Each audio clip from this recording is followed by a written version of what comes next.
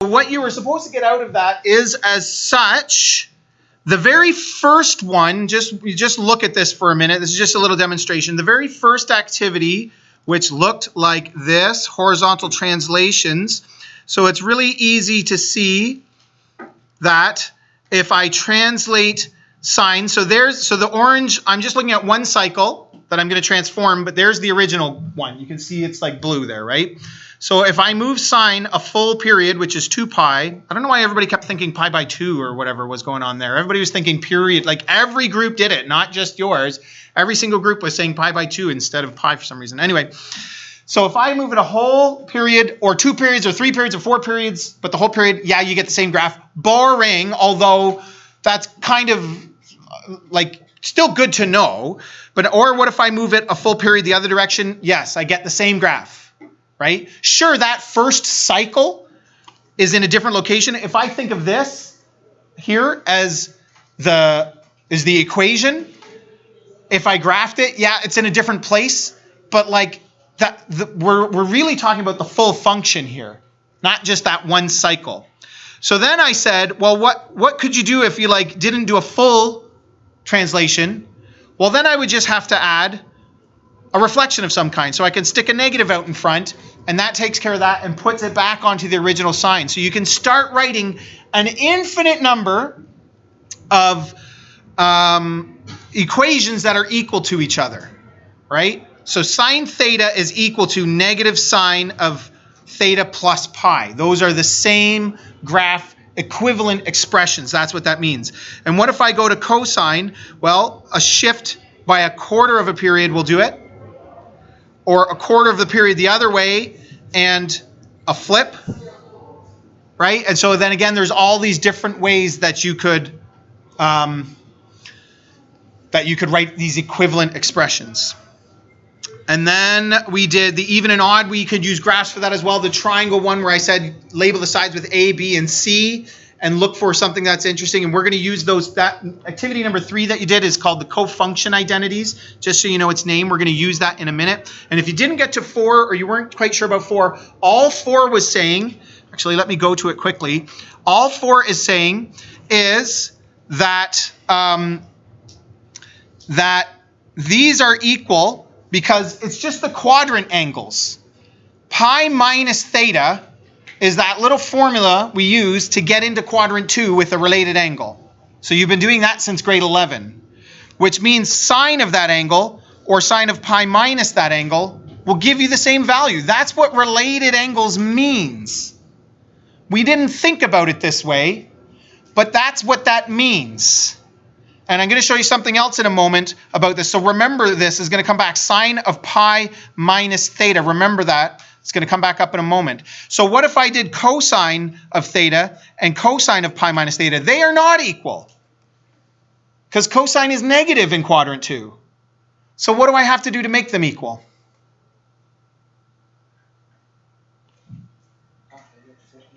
Nice thinking. You could flip them by sticking a negative out in front. Or I could just think, when I get the negative, like if I was doing cos of pi by 3 is a half. So cos of pi by 3 equals 1/2. So cos of 2 pi by 3 would be what? Negative a half. So if I stick a negative out in front, that's just going to cancel that negative. I'm going to get a half back. So cos of pi by 3 is equal to negative cos of 2 pi by 3. Does that make sense? I hope that makes sense. So what is the point of all of this? That's kind of what we're going to get to right here with our little lesson. What we can do, and if depending on how the domain is restricted, this one's restricted in a bit of a weird way. We're not going to worry too much about that right now, but it's negative pi to 2 pi. What if it was 0 to 2 pi? If there was no restriction, and I wanted to come up with an equivalent cosine ratio, I could just add a period. And I'll get an equivalent expression.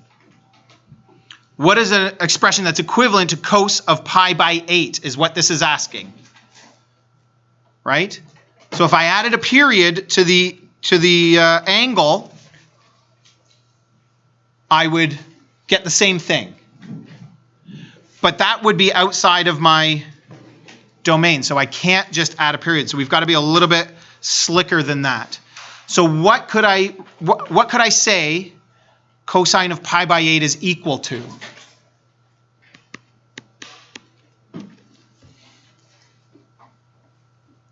Well, I could go, where is cosine? Where's the other quadrant that it's positive? Quadrant 4. So what if I used that, 2 pi minus theta, where theta is pi by 8? Does that make sense? So what is 2 pi minus pi by 8? Nice. 15 pi by 8. 16 pi by 8s minus 1 pi by 8s is 15 pi by 8s. So on your calculator, I don't know if you want to do this now, but you can do it later, and you can do it to check your answers as you do this, because there's going to be different answers sometimes. I can do cos of pi divided by 8, close bracket, minus cos of 15 pi divided by 8. And what, whoa, I typed in something wrong here. Rand. And what should I get if I do one minus the other? And they're equivalent. 0. And indeed, I got 0.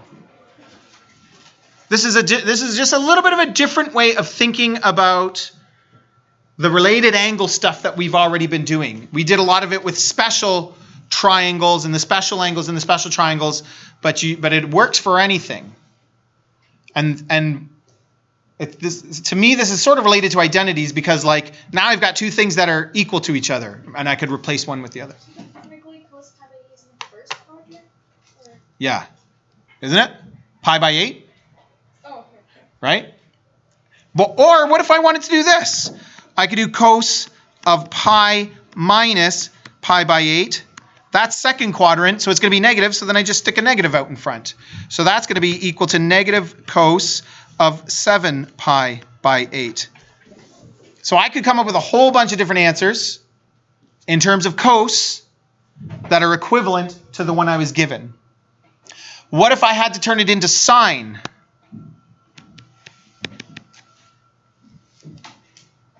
So for this, I would use the cofunction identity. What's the cofunction identity? Pi by 2 minus pi by 8. Remember that one from the triangle? Activity 3? I know this, see, people get concerned because this is very different from the activity we were just doing. So what is pi by 2 minus pi by 8? So sine of 3 pi by 8. So all of those things are equal. Cosine of pi by 8 is the same as sine of 3 pi by 8. If you don't believe me, try it on your calculator. Do one minus the other. You get 0, which is, they're both equal to cos of 15 pi by 8. They're both equal to negative cos of 7 pi by 8. All the same value.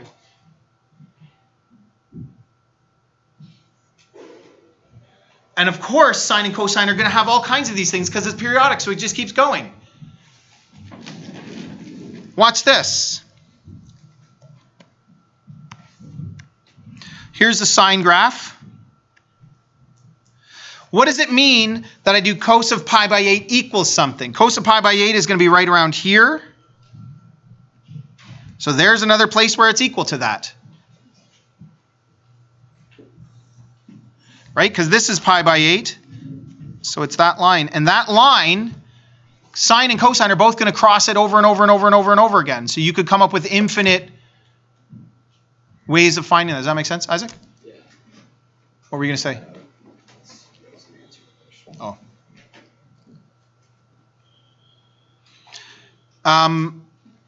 We think about things on their own, and in that I mean, like, so right now you came up with something like this: cos of theta equals sine of pi by 2 minus theta, and we sort of prove that with that triangle. But these are both graphs. The left side of this equation or this identity is a graph, and the right side is a graph. What does it mean for them to be equivalent? Their graphs are the same. We don't think of that as a graph because it came from a triangle, but it's no different. And this is what I mean by, like, when I solve this that I just solved, cos of pi by 8 or sine of pi by 8, whatever, when I solve that, it's also like finding where in the graph does it, like what's the y value of the graph of that at that x value?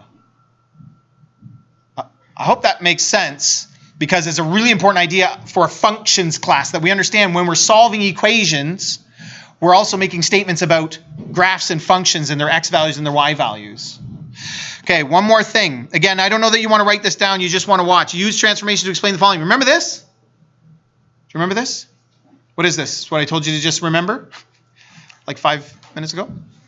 That the left side is an graph and the right side is a graph. Yeah, that's true. That's what we're going to do. But what is sine of pi minus theta? That's quadrant 2? Right? That's what we were just doing? That's the quadrant 2 angle? Okay. So that we haven't quite done this before, but sine of pi minus theta is not quite in the right way to graph. So I'm going to fix that. Sine of negative theta plus pi, and then I have to factor the negative out.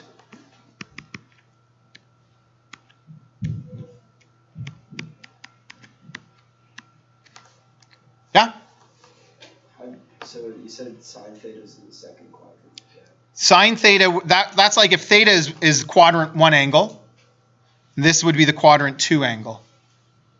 That's how you find the quadrant 2 angle. Oh, so you just assume one side is the quadrant 1.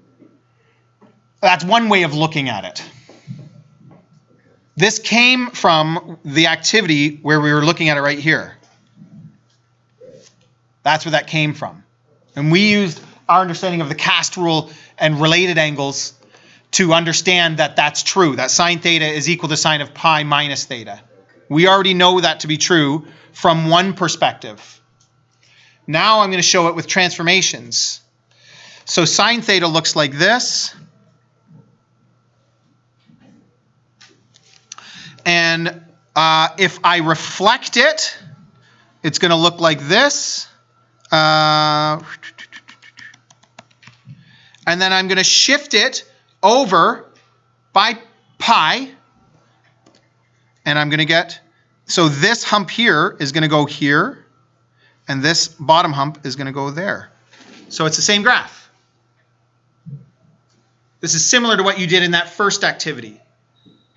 And so this is part of the point of what we did today, is realizing that y equals sine theta is a function, is a graph. Y equals sine of pi minus theta could be thought of as another graph. They're the same graph. That means those two statements are equal. And that's an identity. And they're also equal because of our understanding of related angles. And you could do the same thing for this. Sine theta equals cos of pi by 2 minus theta, the cofunction identity. I can show that with transformations as well. If you're still like, what's the point of all this? Remember, it's a thinking exercise. We're looking for the equivalency. We're exploring with how we can transform these graphs and think about these functions in different ways, and yet find all these statements that are equivalent to each other. The work that you're going to do is a lot like this, where you're given a cosine or a sine, and then you have to write another expression like cos of 15 pi by 8. That's equivalent to the first one. There will be multiple answers, so your answer may or may not match the one on the sheet.